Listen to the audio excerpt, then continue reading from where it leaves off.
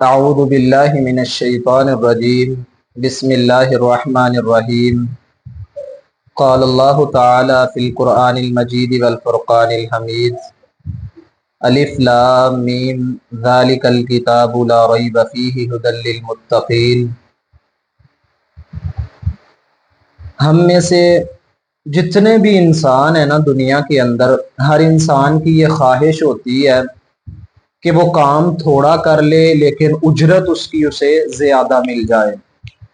یہ ہر انسان ہی حریص ہوتا ہے اور ہم شارٹ کٹ راستے کو زیادہ اپناتے ہیں، زیادہ پسند کرتے ہیں کہ کام بندہ کم کرے اور اس کا اجر انسان کو زیادہ مل جائے، اجرت زیادہ مل جائے۔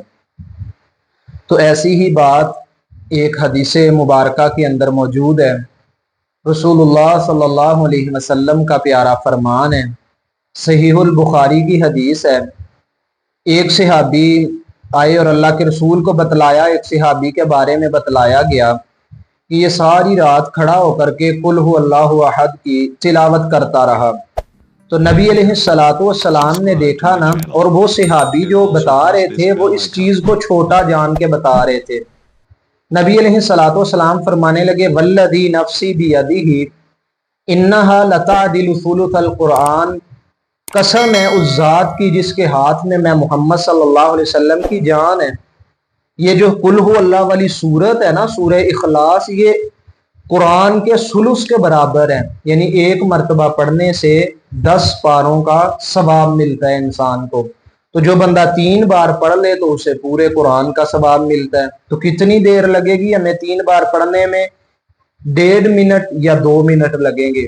بسم اللہ الرحمن الرحیم قل ھو اللہ احد اللہ الصمد لم یلد ولم یولد ولم یکن لہ کفوا احد، یہ 3 بار پڑھنا ہے تو پورے قرآن کا ثواب اللہ رب العالمین نے ہمارے نامہ اعمال میں لکھ دینا ہے۔ آقا علیہ السلام صحیح مسلم کی حدیث مبارکہ ہے، نبی علیہ السلام نے نا ایک لشکر روانہ کیا، اس کا امیر ایک صحابی کو بنایا۔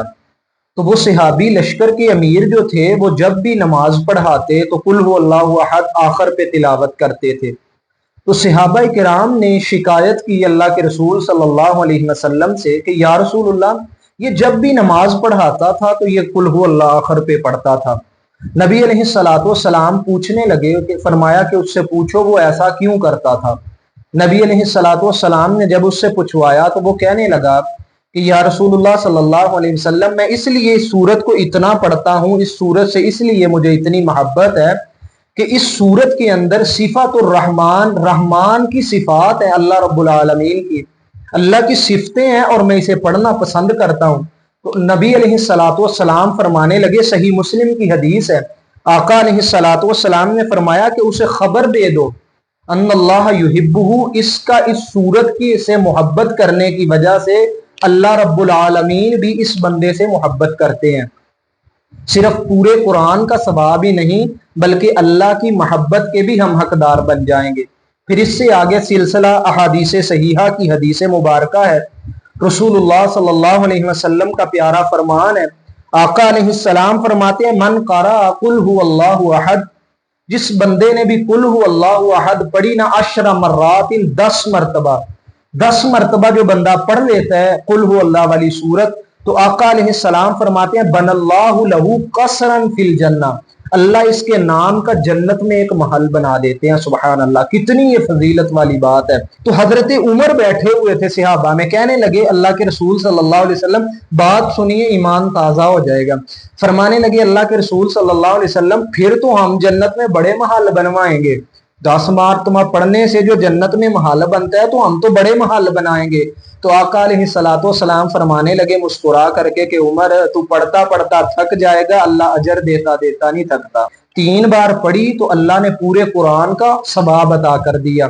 اگر اس سورت کو محبت کے ساتھ پڑھا تو اللہ بھی ہم سے محبت کریں گے۔ اور تیسری بات، رسول اللہ صلی اللہ علیہ وسلم فرماتے ہیں کہ جس بندے نے 10 مرتبہ پڑھ لی نا، 10 مرتبہ سورہ اخلاص پڑھ لی قل ھو اللہ والی سورت، تو اللہ اس کا محل جنت کے اندر بنا دیں گے۔